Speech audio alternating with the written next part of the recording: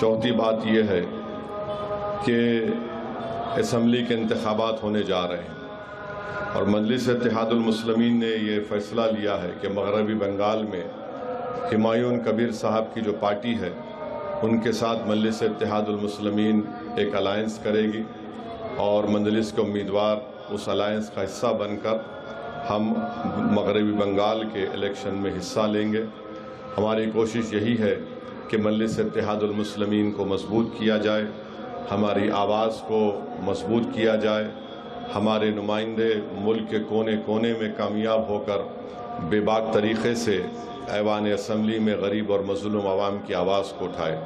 और आप जानते हैं कि मगरबी बंगाल में पिछले 15 साल से वहाँ पर 3 मरतबा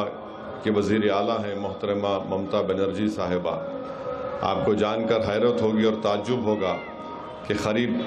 30% वहाँ पर मुस्लिम अक़लियत की आबादी है और 5 लाख के क़रीब बैकवर्ड क्लास के सर्टिफिकेट को कैंसिल कर दिया गया, जिसमें ज़्यादातर मुसलमानों के बैकवर्ड क्लास सर्टिफिकेट हैं। बहुत से नाइंसाफ़ियों की कहानियाँ और दास्तानें भी हैं जो ये लोग सिर्फ सेकुलरिज़म के नाम पर वोट तो हासिल करते हैं, मगर जहाँ पर मजलिस हिस्सेदारी की बात करती है, जहाँ पर मजलिस शराकतदारी जमहूरियत की जो बात हमारे बुज़ुर्गों ने की थी उसको अमल करने का मुतालबा करती है, तो इनको बड़ी तकलीफ़ हो जाती है। तो ये बात भी, क्योंकि ये अवामी जलसा नहीं है, ये मजलिस इत्तेहादुल मुस्लिमीन के अरकान का एक ईद मिलाद की तक़रीब है, मैं ये ज़रूरी समझा कि आपके सामने भी इस बात को रखूं। और शायद बहुत से लोग आप नहीं जानते होंगे कि मालदा में जब पंचायत का इलेक्शन हुआ था, उस मालदा में मजलिस को 60,000 वोट मिले थे। तो ऐसा नहीं है कि मजलिस वहाँ पर मेहनत नहीं कर रही है। पिछले बार भी हम लोग 5 या 6 सीट पर इलेक्शन लड़े थे। अभी भी हमारी कोशिश ये है कि हम लोग इन्हीं सीटों पर या जहाँ पर भी बातचीत होगी उनसे उसको तय करके अप्रैल 23 और 26 को 2 मरहले में वहाँ पर इलेक्शन है।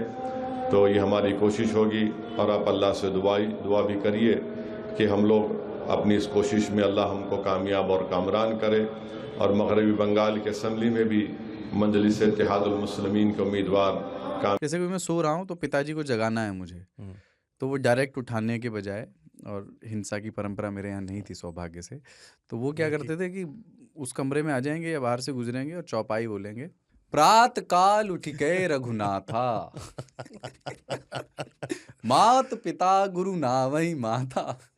कभी कभी मैं गुस्से में उठ करके अरे पापा चरण स्पर्श किया और सो गया। मैंने कहा अब मत उठाना।